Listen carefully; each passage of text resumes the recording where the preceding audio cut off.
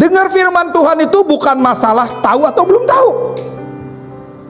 Bagaimana firman itu berbicara dalam hati kita. Kalau kita sudah puluhan tahun dalam gereja dan semua firman sudah kita dengar, khotbah apapun sudah saya dengar, tapi satu, hati yang haus akan firman itu udah gak ada, maka lihat, respon itu terlalu buruk di dalam hati kita.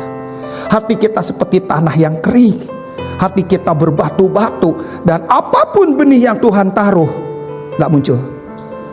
Tapi tiba-tiba di tengah-tengah kekeringan rohani yang begitu kuat mencengkram hati seseorang, tiba-tiba Tuhan berbicara secara khusus lewat pujian, lewat orang yang sharing, lewat obrolan, dan saudara, aduh, itu Tuhan yang ngomong. Nah, itu artinya apa? Kekekalan yang Tuhan taruh dalam hatimu. Itu momen ilahi. Itu sesuatu yang datang dari surga menyentuh hatimu. Itu artinya kekekalan dalam hati. Apa arti Tuhan memberikan kekekalan dalam hati manusia? Yang pertama, ketika kekekalan Tuhan taruh dalam hati kita, itu sebenarnya apa? Tujuan yang ditanam secara ilahi. Tiap-tiap kita punya itu, harusnya tiap-tiap kita mengerti tujuan ilahi dalam hatinya. Dan itu dibangun dari respon demi respon dari hati kita. Ketika Tuhan memunculkan tujuan ilahi dalam hati kita, begitu nggak respon, maka lihat, perjalanan kita seperti di sebuah hutan pada malam hari. Kita punya korek api, tapi korek api itu basah. Kita menyalakannya, nggak nyala. Kita seperti sebuah mobil dalam sebuah perjalanan di malam hari, tapi lampu depannya cuma 1 meter. Pada saat itu, maka lihat, sesuatu yang dimunculkan dalam kondisi gelap itu, maka saudara melihat di ujung sana ada lampu. Nah, itu kekekalan yang Tuhan munculin. Maka kau akan berjalan ke tempat itu. Ada sesuatu yang ingin Tuhan munculkan.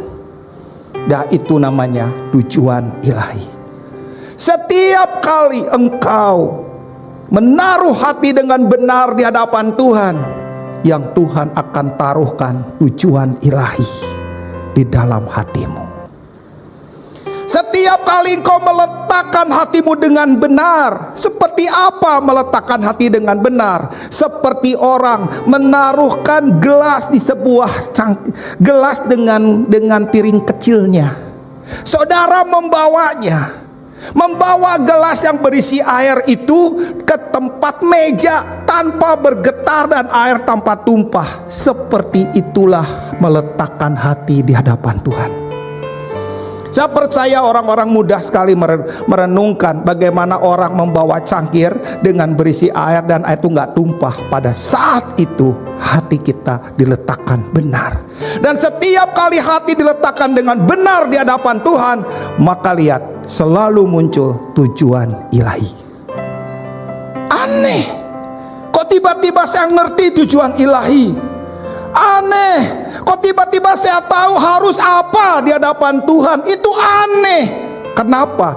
Karena kekekalan yang Tuhan taruh dalam hati kita semua. Dari kekekalan itu, semua hal yang bersifat keduniawian tidak akan pernah memuaskan. Ada orang-orang yang bosan dengan segala sesuatunya, maka dia menganggap kebosanan itu dia cari dengan kesukaan-kesukaan duniawi, itu nggak bisa terpenuhi.